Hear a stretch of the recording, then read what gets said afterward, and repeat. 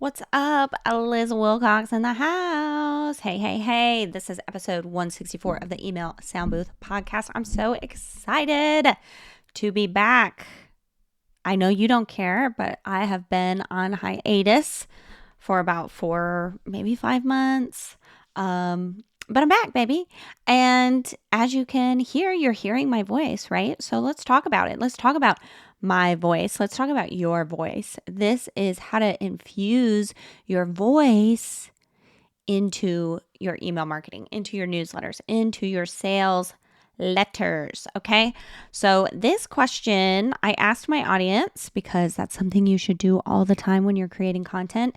Don't create content you want, create content they want. Okay, baby. So Alyssa, a tarot reader and astrologer, she's asking me, Liz, I want to hear about how you infuse your voice into your email. It's like when I read them, I feel like I know you. Oh my gosh, thank you, Alyssa. Maybe you already covered this in the podcast. Maybe not. I didn't, not really. So Alyssa and you who is listening, it's actually, it's simple, but it's not easy, right?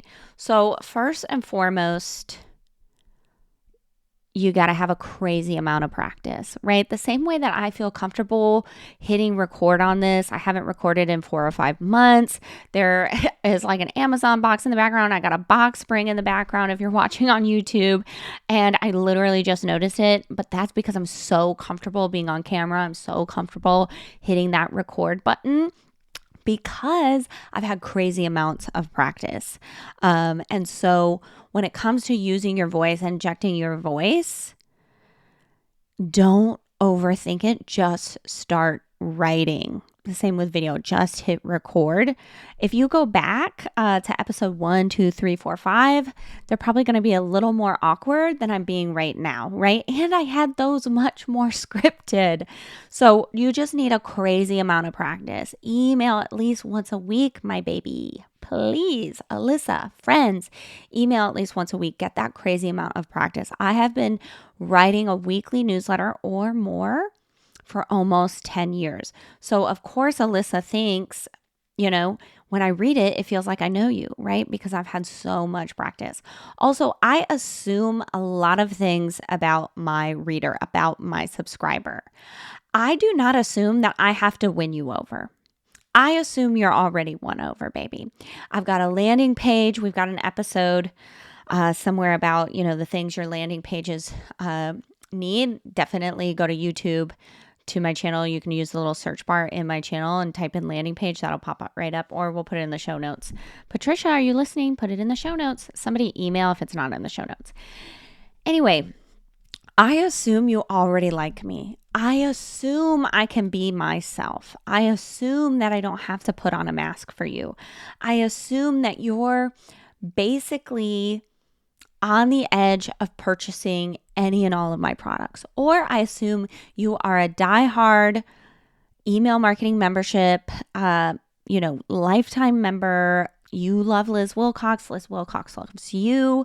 We've already talked in the inbox, etc. I assume that we already know each other, which makes me, throw perfectionism out the window. If we already know each other and like each other, we don't have to be perfect, right? We can forgive each other. We can be gracious with each other, right? And so when I'm writing and I make those assumptions of like, you've been on my list forever, you're one of my peeps, then I can just be myself, right? Just like when I post these on YouTube and, on Apple Podcasts, etc., like I don't assume I'm getting any new listeners, but I assume people like Alyssa. I'm thinking of like 5 or 10 people right now that come to all my calls, listen to all my episodes, watch on YouTube because they know I'm trying to get my views up. I just assume that's you listening, right? And when you assume things like that, you get more comfortable using your voice. And side benefit, people just become what you assume, right? They're living up to your expectations, your assumptions. Love it, love it, love it. Now, for some more practical advice for Alyssa and you, I inject a little bit of personality. Now, this personality is not everything under the sun, right? I'm not sharing all my, dirty secrets with you, okay? This is not postsecret.com, okay?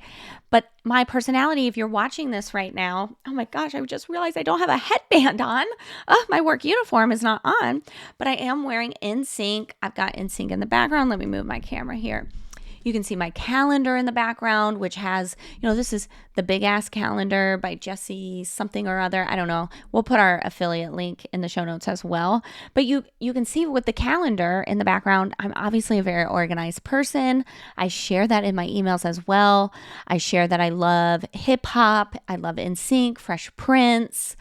I love Survivor. I love color, right? That's my personality, right? So you can share your personality without sharing all these crazy stories, right? So that helps you inject your voice when you inject your personality. Also, the vision that you have for people. My vision for you is you make money with email marketing. I don't care about if you've got a podcast, if you use social media, whatever.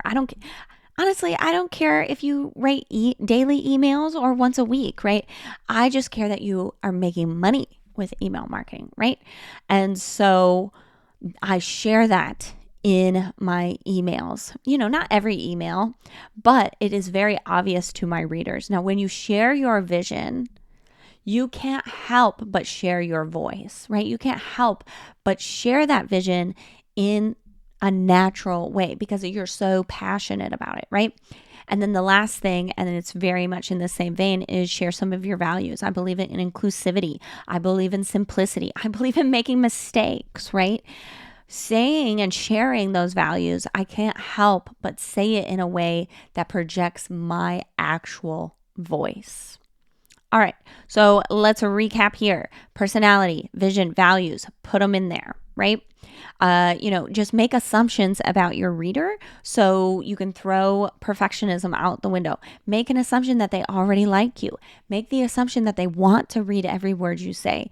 Make an assumption that, you guys are basically inbox besties, right? Then you can just feel free to use your natural voice. And then last, please do a crazy amount of writing. Write every single week. Rewrite your welcome sequence every year. I do a welcome sequence workshop in January, by the way, every January. It's coming up. Or you can buy the replay. Anyway, crazy amount of practice. Write. And also a crazy amount of practice is getting replies to emails and writing to those people back will give you lots of practice for, injecting that voice. All right. This question was for Alyssa, but really it was for you. I hope it was helpful. As always, if you want more email marketing tips, tricks, you want to learn and you want to get that practice, you want to know how to inject personality, vision, values, you want templates that already assume the things I talked about, you can get into email marketing membership. Oh my gosh, I would love to have you in there. It's $9 a month. It's a steal of a deal. Link in the show notes. As always, I'm Liz Wilcox. You are amazing, and I'll see you on the next episode.